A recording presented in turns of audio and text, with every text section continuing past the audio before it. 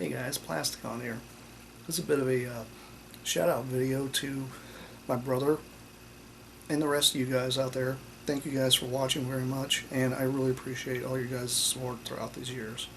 And hopefully we can continue to do some more of this cool stuff because everybody needs this kind of thing.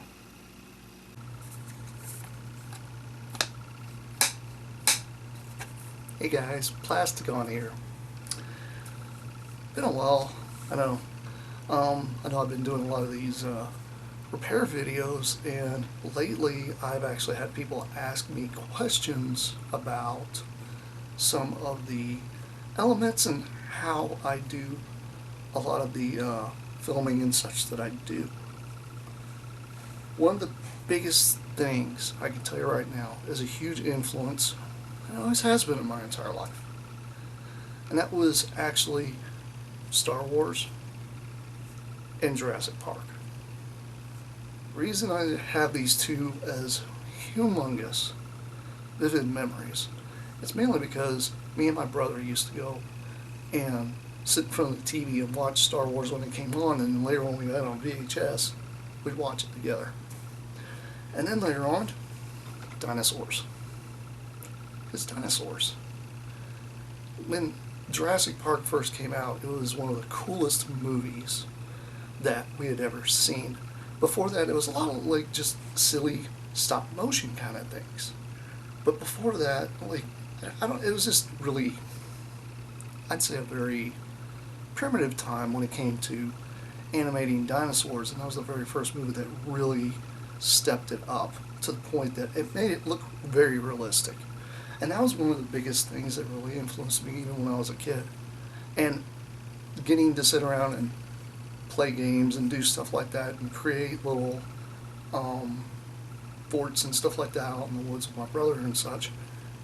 We do stuff like that, like we're running away from dinosaurs or hunting dinosaurs or stuff like that. You know, it was really, really fun. But yeah, dinosaurs, big influence. Always has been, even since I was a kid. Now, you guys are probably wondering, why I have this particular one in my hand? Because it's Lego, right? That's because a few years back, Lego produced a set that was Steven Spielberg's movie directing set. This set actually has a whole lot of different elements to it. It's actually very, very, very cool. I mean, some of the elements that you get are useful for a plethora of things. And then there's times that you get pieces that you really don't know what to do with. Now, I'm going to show you a couple of elements that I actually use in some of my filming, and I'm also going to show you a couple other little things that kind of like a hint, like the biggest hint when it comes to making some of this just really quick, fun stuff. First off, the biggest thing you really want to look at is scale. Now, some people like to do puppetry. Puppetry is great. And this guy is obviously not a puppet. This is my Saculus Chrome from when I was a kid. Had him forever. He is musty and old, and I love this little guy. He's been with me forever. Not to mention my original R2-D2, because, you know, he's all beat up. By the way, he still clicks, which is great. But when I'm talking about scale, we're talking about like the size of the items that you're planning on shooting. Some guys out there, I know a lot of you guys are like me, you're into Transformers. So you like a scale like this, so that way you can actually pose the arms and do different stuff like that with it. But one of the other things you get into are just a smaller scale, like him.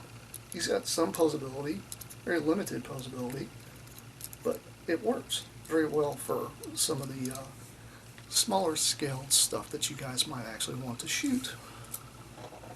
That's why tiny dinosaurs versus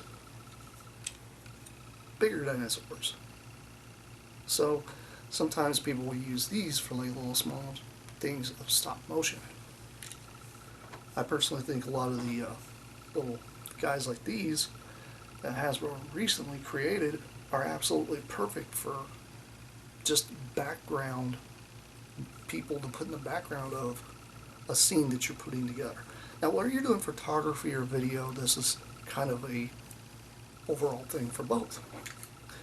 But one thing I do want to show you is kind of a cool thing. It says, since we're going to talk about scale, I'm also going to talk about sets, like how to create a set to make it so that way it works really well for whatever you're trying to produce or make. One of the coolest things is, and this is something I picked up at a thrift shop. This is a Matchbox Hot Wheel kind of, no, Matchbox and Hot Wheel are not the same thing, but it's one of those types of sets, and it's a little flat thing. Now, I know some of you guys out there, oh, I don't have the room to store things and such. I get that. Why do you think I have something small like this that folds up? And the cool thing is when you open it up, it turns into a gigantic construction yard. And the cool thing is you just hold it right back up and you can put it away. The cool thing about having something like that is the fact that it's small, it's portable. You can create a scene with it instantaneously. Right there you have an instant construction yard. Those are really, really cool to have, and some people actually like those types of things. Now, another set of things I actually use are little plastic buildings. Little plastic buildings are usually some things that come with, like little army men, and then sometimes you've got ones that are not just necessarily army men, but you've got things that are from like some of the old Mark sets from back in the 60s, 70s, and even the 80s. These little bitty elements are actually very good to use. They have little plastic trees, sometimes you have plastic fences, sometimes you have plastic rocks. This kind of stuff is really, really useful, especially when you're trying to set up an entire scene or even have elements that move around. Much like some of the stuff I've done in the past, some of the items I tend to use are kind of repetitive. Why? It's cheap. It's easy to do. Some of these things you can pick up on eBay, and some of the stuff you will not be able to find on eBay, you probably actually have to go out and source elsewhere, like thrift shops or even just dollar stores. Sometimes dollar stores is the best place to go get, especially little plastic Army Men sets, because those are relatively inexpensive anyway, and they're really nice to have because they're great little elements just to put in the background. Sometimes you can blow them up, sometimes you can do anything you really want to with them. Another little element thing that I actually get into is the papercraft buildings. The papercraft buildings, I had put a bunch of them together at one time in my video here, doing with my train set. Those are perfect element buildings. Now, it's very hard to get hold of some of these papercraft buildings, especially if they're very vintage and old like that. Another one I happen to have is my tower that I happen to have from one of my other videos. That came from a Starbird base that was made in 1978, same year I was born. What's that tell you? Hard to find these kind of items. But there are quite a few other things out there you guys can actually source. When it comes to the whole papercraft background set, take for instance the background I actually have that I use all the time. That came from that Steven Spielberg set. Same thing with my little rolling background. I have that one directly from my Steven Spielberg movie set. These little movie sets are actually kind of really cool to get a hold of. Now, if you don't have the means of actually getting hold of one of the sets because they are pricey, there are instruction manuals out there too that you guys can look up to be able to make your own. Because it's all made of Lego anyway, so Lego is a very versatile item. Another thing that you can actually do is make your own rolling stock backgrounds. All you really do is just take the same scaling that the backgrounds originally had. Cut it out, and then draw your own. Now keep in mind though, whenever you're doing this, it's supposed to be a continuous pattern, so wherever it starts and stops needs to have some type of lining up, so that way it can actually continue to roll and do its little, continuous thing, so that way it doesn't look weird. And this is actually a really, really cool little thing that helps add a little more interest to your shots. Another cool thing I tend to use are these little bitty plastic little sticks. These little plastic sticks. And these are actually made, these are Lego. Actually, technically this was Mega Blocks back in the day. And it came with a skateboard set from way back then, because you can make the guys like do ramps and stuff like that. And the cool thing about this is if you actually use them Lego guys, they stick pretty good. Kind of like Benny here. Because Benny's funny. But if you don't actually have one of those, because those are kind of hard to source, have these little Technic pieces that are just like a little plus sign. And then at the back of the Lego men themselves, and you can actually just kind of stick the end of it into the foot. Now I know this isn't really ideal. What you could probably do is put a little bit of tape around it just to shove it in there, so that way you can actually move your Lego men instead of having to like do this with them across the screen. You can do this, and you don't see my hand. Why? Because it's on a stick, so you don't really see it. And then sometimes you can bounce him up and down like he's jumping around, which is kind of cool type of thing to do, especially with these that are kind of flimsy. I mean, these work really well. This is a lot harder to use because it is a lot thicker, but it is a useful tool that you can actually use to make your figures just be animated. Now, when I was talking about things like larger scale stuff, much like G2 Jazz here, G2 Jazz here is he would be more of a stop motion type of animation. And a lot of those are very difficult to do, especially if you don't really have the patience for stop motion. Stop motion is one of those things where you literally take a photo, and then take another photo, and then take another photo, and as you're doing that, you're like minorly moving your figure, which is kind of cool.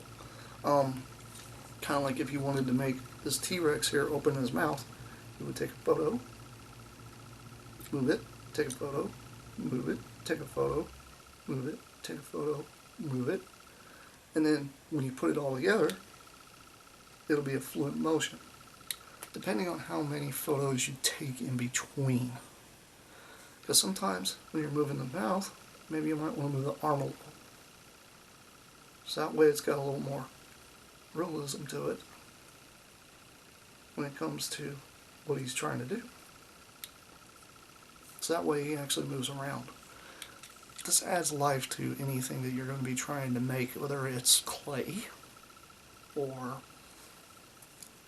action figures or even little plastic dinosaurs. Anything like that actually works very, very, very well for some of these little elements and such that you can use. This is something that I've actually loved to do, and it's something I tend to do here and there from time to time. Now, another little element I actually like to use is green screen. Sometimes green screen can be used very, very easily. Sometimes it can be difficult depending on the programs you decide to use to edit your videos with. Now, one thing I tend to try to do is make everything as easy and simple as possible. What I had done in the past is I had set up some poster board and laid it across a thing, so that way it actually has a bit of a curve to it. When you lay it down, you want it to actually have a curve. Because you have that curve, it gets rid of any shadows that you're going to get, because shadows is your worst enemy when it comes to actually doing anything on green screen. Another thing I tend to do is say I use something in order to prop something up, like say the spaceship's going to fly, right? Well, one thing I've done is this is just a Lego element, and I taped it to the back of a piece of cardstock, which is green itself. Usually when you take a green like this, you can put this into, like, say, a little type of stand, whatever you make to actually hold it, and then you put your ship on there, such as, let's take one of my starships, my little rockets here, and it's got several holes already inside of it. And the great thing about this is this actually will fit directly into there. So that way, if you want to, you can make the starship look like it's floating. Now it depends on how you set this up, of where it's actually going to position itself. There's times that it'll sit down a little too low, so just move the piece of cardstock up and down. So that way it gets rid of the stand that you don't see is holding it, and it makes it look like it's floating. It's kind of a cool little nod, and type of thing that you can do, especially when it comes to some of your little stop motion things if you're trying to make some of this stuff. Another little thing I like to add in is lighting. Lighting is like one of the biggest things when it comes to actually trying to make these look really convincing and cool. One thing that I tend to try to get into is like maybe just getting a couple desk lamps. Desk lamps work very well for just lighting things up, especially if you get the ones that have the armatures that move around. Doesn't matter what type of lights you actually have in them, unless you're really trying to be picky. I happen to have very color changing lights, which you guys have seen in some of my past videos, and those work really, really well. But there's times that you want a certain type of light, you get that kind of light. One really, really cool thing though that I tend to look at is just different kinds of lights, like relatively things like this. This is something I got about around Halloween time. It's a strobe light, and it lets you change the flicker to make it faster and then slower. That way it allows you to change what your scene looks like. Sometimes if you're needing a flicking noise, like a flickery noise or flickery look all the way throughout the entire shot, these are really, really good for that kind of thing. And the cool thing is some of these actually have a thing on the back, so if you want to attach it to something, you could. I tend to not really attach these to anything, but if you need to, you can. This has got this little stand thing here that kind of sticks out, so if you set it on a table like this, you could. Depending on whatever you're trying to set up, it just kind of just depends. Another cool thing to get are pen lights. Pen lights are really, really nice. This in here, you just press it on the end, and it will allow it to light up. There we go. And as you can see, you get some really cool effects with pin lights. They're really neat, especially if you're trying to like put in like one of those J.J. Abrams lighting things into it, like, you know, you want that whole starship thing going on in the background or something, and you want that whole like pew pew pew. I don't know, it's just fun to play with. I like doing this kind of stuff. Another cool thing that you can try to do is, I know a lot of you guys out there obviously have cell phones. I have a cell phone. And sometimes you can just use a flashlight off your cell phone for certain things, depending on what you're trying to do. If you're trying to get a certain kind of lighting, like, take for instance, if you want R2 here to have some kind of lighting going over his head, you can do that. Normally completely out of shot. Depending on where you're wanting to put it, you can do this kind of thing right here. Stuff like that actually adds more to the interest of your shots if you decide to try to do that. Another question I often get asked is, what do I normally shoot my videos on? Well, I normally shoot them on a little handy cam, such as this little Samsung here. I've also got the Sony that I'm currently right now filming on, but little handy cams like these work really, really well, depending on what you're trying to do. Now, if you're trying to get more of your crazy zoom-in shots and stuff, I do suggest a DSLR. DSLRs are really nice. They're very good at doing anything you really need to do. And the great thing is you can swap out the lenses, so you can get different looks whether you're trying to get something that's tiny or something that's large.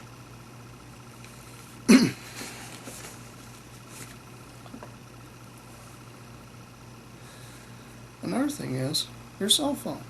A lot of people tend to use cell phones. I do. Cell phones are fine. They work really, really well for a lot of your stuff that you're trying to do out there.